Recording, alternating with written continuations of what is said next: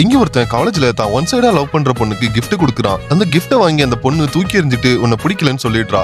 அதுக்கு இவனும் நல்ல வேலைக்கு போய் நிறைய சம்பாரிச்சு உன்னை விட சூப்பரான பொண்ணை கல்யாணம் பண்றேன்னு சபதம் விடுறான். ஆனா 4 வருஷம் கழிச்சு பார்த்தா இவன் எந்த வேலைக்கும் போகாம வெட்டியா சுத்திட்டு இருக்கான். அப்படி வெட்டியா சுத்துறவன் ஒரு பிரச்சனையில மாட்டிக்கிறான். அதை சரி பண்றதுக்கு இவனுக்கு அர்ஜென்டா பணம் தேவைப்படுது.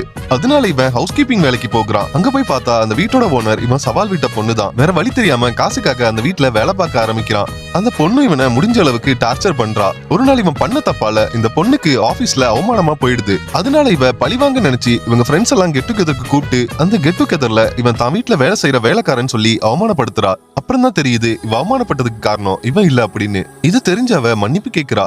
அதுக்கப்புறம் இவ அவன் கூட ரொம்பவே க்ளோஸா பழக ஆரம்பிக்கிறா. அப்பதான் தெரியுது காலேஜ்ல இவனை தப்பா புரிஞ்சுக்கிட்டோம் அப்படின்னு. இவனோட வீட்டுல போய் அவ சாப்பிட்டதுக்கு அப்புறம் தான் தெரியுது இவ காலேஜ் படிக்கும் போது இவ ஃப்ரெண்டு கொடுத்ததா இவ சாப்பிட்டதெல்லாம் இவன் சமைச்சு கொடுத்தது அப்படின்னு. இதெல்லாம் நினைச்சு பார்த்து இவனை காலேஜ்ல தப்பா புரிஞ்சுக்கிட்டோம் அப்படின்னு சொல்லி அன்பா இவனுக்கு லவ் யூன்னு சொல்றா. ஆனா அவன் லவ் பண்றதா நினைச்சுக்கிட்டு தப்பா புரிஞ்சுக்கிறான். இப்போ இவளோட கம்பெனிலேயே இவனுக்கு வேலை வாங்கி கொடுக்குறா. அதே நேரம் அவ ஆபீஸ்ல இருக்க இன்னொருத்தவனை டேட்டிங் பண்ண ஆரம்பிச்சு கல்யாணம் ஃபிக்ஸ் பண்றாங்க. இப்போ இவன் என்ன லவ் பண்றதா சொல்லிட்டு அவனை கல்யாணம் பண்ணிக்க போறேன்னு கேட்டதுக்கு லவ் யூக்கும் ஐ லவ் யூக்கும் வித்தியாசம் இருக்கு. லவ் யூ யாருக்கு வேணாலும் சொல்லலாம், ஆனா ஐ லவ் யூ பிடிச்சவங்க கிட்ட மட்டும் தான் சொல்ல முடியும்னு சொல்றா. இதை கேட்டவனுக்கு ஒன்னும் புரியல.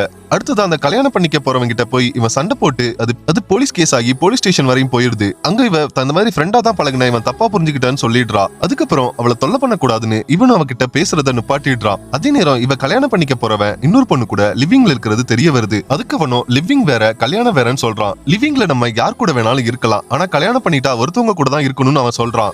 அப்பதான் அவ பண்ணது தப்புன்னு புரிஞ்சு அவன் கல்யாணத்தை நிறுத்திட்டு மறுபடியும் அவனை தேடி போனா அவன் வேலையை விட்டுட்டு போயிட்டான்னு சொல்றாங்க.